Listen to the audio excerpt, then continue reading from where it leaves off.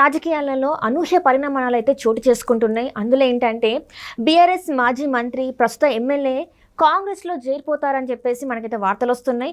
మరి ఇందులో ఎంతవరకు వాస్తవం ఉందనేది మనకి చెప్పడానికి మనతో పాటు ఉన్నారు ప్రముఖ సీనియర్ జర్నలిస్ట్ డివిఎస్ గారు. నమస్కారం సార్. నమస్తే అమ్మా. సార్, నిన్న మొన్నటి వరకు చూస్తుంటే కొంతమంది బీఆర్ఎస్ నేతలు ఏంటంటే మేము బీఆర్ఎస్లోనే ఉంటాం చచ్చేంత వరకు మన అని చెప్పేసి మాట్లాడిన ఆ నేతలే ఇప్పుడు కాంగ్రెస్లోకి వెళ్తున్నట్టు మనకి సమాచారం వస్తుంది. ఇందులో వాస్తవం ఉందంటారా?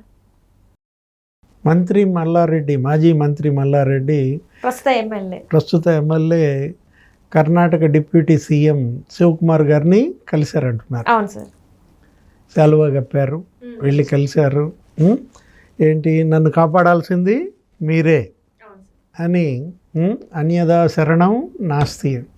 వారం రోజుల క్రితం మల్లారెడ్డి కాలేజీ ఎంక్రోచ్మెంట్స్ కూలగొట్టారు దుండిగల్ ఆ ఏరియాలో. అంటే అక్రమ భవనాలు కదా, మరి ఆక్రమణలు ఎక్కువ. మల్లారెడ్డి ఆయన విద్యా పరంగా, ఇన్స్టిట్యూట్స్ పరంగా నీకు ఎడ్యుకేషను నాణ్యానికి ఒకవైపు, మరోవైపు ఆ భవనాలు, ఆ తర్వాత అక్కడ భూములు, అవన్నీ కబ్జాలు, కేసులు, ఇది నాణ్యానికి రెండో పార్శ్వం. మనం రెండుగా చూడాలి. ఏది మల్లారెడ్డిలో ఆయన ఎంత ఎదిగాడో అన్ని తప్పులు చేసినట్టుగా మనం చూసాం. ఇప్పుడు దుండిగల్లో ఇప్పుడు కూలగొట్టిన భవనాలు ఇదే కాదు, ప్రతి చోట కూడా అక్కడ భూముల ఆక్రమణలు, అక్కడ ఉన్నటువంటి రైతుల భూములు కబ్జాలు చేయటం, వాళ్ళు కేసులు పెట్టడం, అనేక పోలీస్ స్టేషన్లలో ఈయన పైన కేసులు, సివిల్ ఇవన్నీ కూడా ఉన్నాయి. ఇలాంటి పరిస్థితుల్లో మొత్తానికి ఎట్లా కొట్లా అధికారాన్ని అడ్డం పెట్టుకుని 10 ఏళ్లుగా కేసీఆర్ అండతో నడిచింది మంత్రిగా. ఇదిగా ఉన్నా అంటే వీళ్ళకి రాజకీయ అధికారం ఎందుకు? ఈ అక్రమ ఆస్తులు కాపాడుకోవటం కోసం. 1000 కోట్లకు పడగలెత్తారు, బాగా సంపాదించారు, వ్యాపారాల మీద కూడబెట్టారు. ఇప్పుడు ఆ సంపదను ఎలా కాపాడుకోవాలి? అక్రమ సంపద, అవినీతి సంపద, దీన్ని కాపాడుకోవాలంటే ఒక పోస్ట్ ఉండాలి, ఒక అధికారం ఉండాలి. దానికే ఈ ఎమ్మెల్యే గిరి, ఈ ఎంపీ గిరి. మంత్రి అయితే ఇవన్నీ కూడా ఇంకా నీకు ఇది చేసేసుకోవచ్చు, ఛానలైజ్ చేసుకోవచ్చు, ఇంకా ఎక్కువ సంపాదించవచ్చు. ఇలాంటి పరిస్థితుల్లో భారత ప్రజాస్వామ్యం ఎలా వెర్రి తలలు వేస్తోందో మనకు కనపడుతుంది. సామాన్యుడు ఎవరు పోటీ చేసే పరిస్థితి లేదు. 100 కోట్లు 1000 కోట్లు కొల్లగొట్టి ప్రజల సొమ్ము దోచేసిన వాళ్ళే ఇవాళ ఎమ్మెల్యేలుగా, ఎంపీలుగా పోటీకి దిగుతున్న పరిస్థితుల్లో వీళ్ళదే స్వామ్యం అయిపోయింది. ఇప్పుడు ఈ మల్లారెడ్డి గారు మొన్న జరిగిన వారం రోజుల క్రితం ఆ బిల్డింగ్లు పడగొట్టంగానే సినిమా అర్థమైంది. గతంలో ఇదే మల్లారెడ్డి రేవంత్ రెడ్డిని అనకూడని మాటలు అన్నాడు ఎలక్షన్ ముందు. అవును సార్, మనం చాలా అనేక టీవీ ఛానల్స్లో మనం చూసాం. నోరు అంటే అదుపు లేకుండా వచ్చేది మేమే ఇంకా అని చెప్పేసి చాలా అనడం జరిగింది. అసలు బూతులు తిట్టాడు, రారా అన్నాడు, అదన్నాడు, తేల్చుకుందాం అన్నాడు, నీ మీద నేనే పోటీ చేస్తానన్నాడు, తొడగొట్టాడు కదా. అంటే ఏంటి, కళ్ళు నెత్తికెక్కాయి. అప్పుడేంటి, కేసీఆర్ అధికారం, మాజీ మంత్రి. ఇప్పుడు తిరగబడింది బొమ్మ. తిరగబడేసరికి రేవంత్ ముఖ్యమంత్రి అయ్యేసరికి ఇక సాగిళ్ళపాటు, ఏంటి, కాళ్ళ బేరానికి వచ్చినట్టుగానే చూడాలి. ఇప్పుడు ఇవాళ మల్లారెడ్డి కాంగ్రెస్లో చేరడా అది వేరే విషయం. ఇప్పుడు మొన్న కూడా మీరు చూశారు కదా, వాళ్ళ అబ్బాయిని ఏదో ఎంపీ క్యాండిడేట్గా ప్రకటించారు. ఎవరు, చేవేళ్ళ. అట్లాంటిది మరి మళ్ళా కదిలిచ్చేసరికి ఏమైంది, ఈ లోపు జరిగింది. దుండిగల్లో కూలగొట్టేసరికి సారీ అని చెప్పేసినట్టున్నారు. మేము పోటీకి దిగే పరిస్థితి లేదు. కానీ పోటీ అంటే ఎవరిని నిల్చోబెట్టినా కూడా అక్కడ మేము వాళ్ళకి మద్దతు పలుకుతామని చెప్పేసి చెప్పారు కదా. అదేదో పైకి బిల్డప్. ఒకవేళ మద్దతు పలికే వాళ్ళైతే శివకుమార్ని కలుస్తాడా? అంటే ఇప్పుడు పార్టీ నుంచి వెళ్ళి బయటకు వచ్చేస్తున్నట్టేనా సార్? మరి శివకుమార్ని కలిశాడంటే అర్థం అదే కదా. డీకే శివకుమార్ని మల్లారెడ్డి కలిశాడు అనేది వాళ్ళ తెలంగాణలో హాట్ టాపిక్. ఏంటి, ఇప్పటికే వరుసగా క్యూ కట్టారు కదా బీఆర్ఎస్ ఎంపీలు. వరుస పెట్టి ఏమవుతోంది, కాంగ్రెస్ పార్టీలో చేరుతున్నారు. ఆయన ఎవరో నేత వెంకటేష్. ఢిల్లీలో వేణుగోపాల్ రేవంత్ రెడ్డి సమక్షంలో కాంగ్రెస్ కండువా కప్పుకున్నాడు. అతనితో బిగినైంది బోణి. ఏమైనా మామూలుగా రేవంత్ రెడ్డి ఏమనుకున్నాడు, పార్లమెంట్ ఎన్నికలైన తర్వాత చూద్దాం అనుకున్నాడు. ఇప్పుడు గతంలో కేసీఆర్ బీఆర్ఎస్ ఏమైంది, అటు కాంగ్రెస్లో ఉన్నాళ్ళని ఎత్తుకుపోయారు, ఇటు తెలుగుదేశంలో ఉన్నాళ్ళని ఎత్తుకుపోయారు. 42 మంది ఎమ్మెల్యేలను లాగేసుకున్నాడు. ఏది ఆ 10 ఏళ్లలో, 2014లో కావచ్చు, 2019లో కావచ్చు. అంటే దాంతో ఎదిగిన బీఆర్ఎస్ ఇప్పుడు ఏమైపోయింది, పవర్ పోయింది.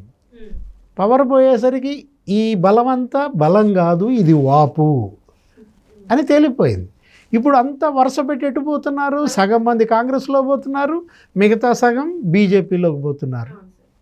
ఇప్పుడు 2 ఎంపీలు బీజేపీలో చేరిపోయారు. పి రాములు, ఆయన సీతారాం నాయక్ మనం చూసాం. 2 మాజీ ఎంపీలు వాళ్ళు చేరిపోతున్నారు. బీబీ పాటిల్, వీళ్ళందరూ కూడా, నగేష్. అంటే నీకు ఏమైపోయింది, వాళ్ళ బీఆర్ఎస్ నిలువున చీలిపోతుంది. అధికారం లేకపోయేసరికి చూసావా ప్రాంతీయ పార్టీల మనుగడ ఎంత కష్టమైపోయిందో. అంటే ఇదంతా కేసీఆర్ గారి స్వయంకృత అపరాధం అనుకోవచ్చా సార్? ఎందుకంటే కన్ను మిన్ను గాన రాకుండా ఏది అటు అధికారం, ఇటు డబ్బు, ఈ అవినీతి సంపాదన ఇదంతా చూసుకుని ఏమైపోయింది, మోడీని బోడీ అన్నాడు. అసలు ఏ మాట పడితే ఆ మాట, ఆంధ్రోళ్ళని లంకలో రాక్షసులు ఉంటారు, వీళ్ళు రాక్షసులే అన్నారు. ఆంధ్ర బిర్యానీ పేడ బిర్యానీ అన్నాడు. ఎన్ని మాటలు మాట్లాడారు. అలాంటి కేసీఆర్ నిన్నేమంటున్నాడు, నేను ఎప్పుడన్నా ఇలాంటి భాష మాట్లాడానా? మరి రేవంత్ రెడ్డి భాష చూడండి ఎట్లా పిచ్చి తిట్లు తిడుతున్నాడో. ఏంటి రేవంత్ రెడ్డి భాష గురించి కేసీఆర్ మరి క్వశ్చన్ చేస్తున్నాడంటేనే ముక్కున ఏలేసుకునే పరిస్థితి. అంటే ఇంతకుముందు మనం గతంలో చూసుకున్నట్టయితే కేసీఆర్ గారు ఏ సభలో మాట్లాడినా కూడా ఇది మా తెలంగాణ భాష, మా ప్రాంతీయ భాష, మేము ఇట్లనే మాట్లాడతామని చెప్పిన మనిషి ఈరోజు రేవంత్ రెడ్డి గారు మాట్లాడితే ఎందుకు మరి అది తీసుకోలేకపోతున్నారు? మరి అది మాత్రం తెలంగాణ భాష కదా. అంతే కదా. రేవంత్ రెడ్డి కూడా అంటాడు కదా, ఇది మా తెలంగాణ భాషే కదా. అంటే తెలంగాణ భాషలో తెలంగాణ వాడు కేసీఆర్కి సమాధానం చెప్పేసరికి బుర్ర తిరిగిందా?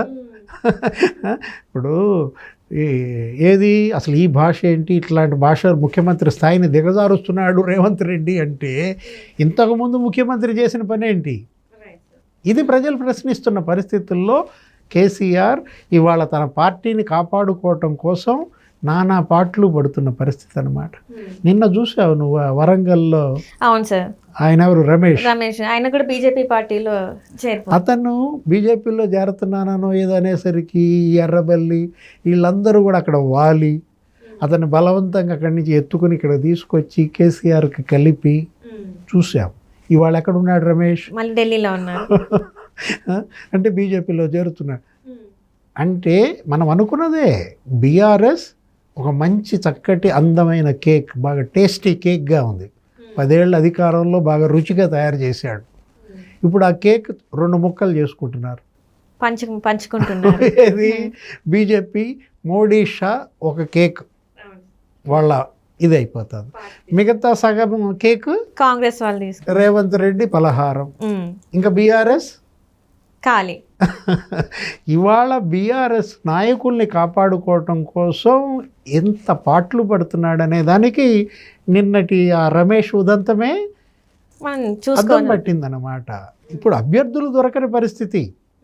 పార్లమెంటుకి మనం ఎవరిని అభ్యర్థులకు పెట్టాలన్నా అందరూ జంపే. ఇప్పుడు మల్లారెడ్డి ఉన్నాడు, వాళ్ళ అబ్బాయిని పోటీ చేయమంటే ఇప్పుడు మల్లారెడ్డి అక్కడ ప్రత్యక్షమయ్యాడు, శివకుమార్ దగ్గర ప్రత్యక్షమయ్యాడు. మొత్తం ఎంపీలంతా కూడా నీకు అటు వెళ్ళిపోతున్నారు. బీజేపీ వైపు వెళ్ళేవాళ్ళు బీజేపీ వైపు వెళ్తున్నారు, కాంగ్రెస్ వైపు వెళ్ళేవాళ్ళు. రంజిత్ రెడ్డి మరి ఆ పార్లమెంట్ రివ్యూ పెడితే అసలు ఆయన రాలేదంట. సేమ్ ఎపిసోడ్ ఇక్కడ గురువుకి ఎలా అయిందో అక్కడ శిష్యుడి పరిస్థితి అదే. ఆంధ్రలో కూడా అదే పరిస్థితి. జగన్మోహన్ రెడ్డి ఎంపీలు ఎవరో దొరక్క అతను విలవిల్లాడిపోతున్నాడు. అతను ఎవరికి అభ్యర్థిత్వం ప్రకటిస్తే వాళ్ళు జంప్. శ్రీకృష్ణదేవరాయల్ని నరసరావుపేట నుంచి గుంటూరులో కంటే చేయంటే తెలుగుదేశం వెళ్ళిపోయాడు. ఆదిమూలంని నువ్వు ఎమ్మెల్యేగా వద్దు ఎంపీగా పోటీ చేయంటే లోకేష్ బాబు దగ్గరికి వెళ్ళిపోయాడు. వల్లభనేని బాలశౌరి జనసేనలో కలిసిపోయాడు, వేమిరెడ్డి ప్రభాకర్ రెడ్డి తెలుగుదేశంలో చేరిపోయాడు. అంటే గురు శిష్యులిద్దరి పరిస్థితి గిలగిలే.